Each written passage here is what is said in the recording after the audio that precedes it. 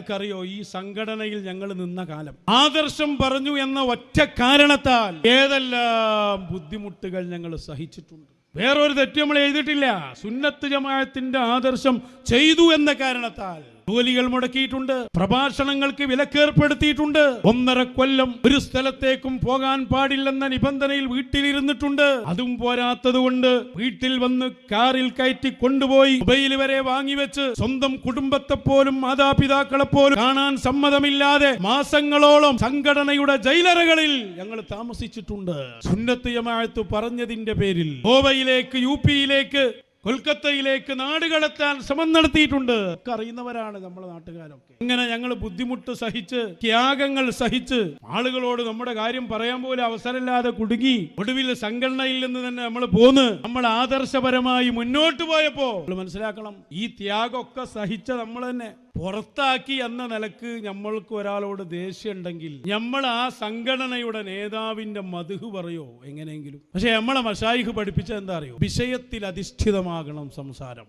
നീ എന്തൊക്കെ സഹിച്ചു അത് നോക്കിയിട്ടല്ല ദീന് പറയേണ്ടത്. ഇതെല്ലാം ചെയ്ത് ഞങ്ങളെ ഈ രൂപത്തിൽ ആക്രമിക്കുന്നതിന് സമ്മതം കൊടുത്ത് ഞങ്ങളെ സംഘടനയിൽ നിന്ന് പുറത്താക്കിയതിന് ശേഷം ആദർശ മുന്നേറ്റം നടത്തുമ്പോ ഓരോ വിഷയങ്ങൾ വരുമ്പോ നമ്മൾ എ.പി. അബൂബക്കർ മുസ്ലിയാരുടെ പേര് പറയുമ്പോ സുൽത്താനുൽ ഉലമ എന്ന് കൂട്ടി പറഞ്ഞവരാണ് നമ്മൾ. അങ്ങനെ വല്ല വ്യക്തിവൈരോഗ്യം ഉണ്ടെങ്കിൽ നമ്മൾ പറയൂ. അതിനത്ര നമ്മളെ ബുദ്ധിമുട്ടിച്ചിട്ടല്ലേ പോകുന്നത്. ഇവിടെ പറയേണ്ട എന്തെങ്കിലും കാര്യം നമുക്കുണ്ടോ? പക്ഷേ പറയേണ്ട സുന്നത്ത് ജമാഅത്തിന്റെ കാര്യങ്ങൾ തുറന്നു പറഞ്ഞ ചില ഘട്ടങ്ങൾ. ഇപ്പൊ തൃശ്ശൂരിലെ ഉലമാ സമ്മേളനം, അവിടെ വെച്ച് മൂപ്പര് പറഞ്ഞു, അള്ളാന്റെ ഔലിയാക്കന്മാര് മശായിഖന്മാരുണ്ട്, അവര് ഖിയാമത്ത് നാൾ വരെ ഉണ്ട്. ഇസ്തിഗാസക്കെതിരെ ഉള്ളിൽ ചർച്ച തുടങ്ങിയ കാലം, ആ കാലഘട്ടത്തിൽ ഇസ്തിഗാസ വിരുദ്ധ പ്രസ്ഥാനം ഉടലെടുക്കുന്നുണ്ട്, ശ്രദ്ധിക്കണം എന്ന് പറഞ്ഞ് മുൻഗാമികളായ ഔലിയാക്കന്മാരും ഉലമാവും തേടിയ സംഭവങ്ങൾ, ആ സംഭവങ്ങൾ എണ്ണി പറഞ്ഞപ്പോൾ ഞങ്ങൾ പറഞ്ഞതെന്താ, സുൽത്താനുൽ ഉലമ പറഞ്ഞിരിക്കുന്നു എന്നാണ്.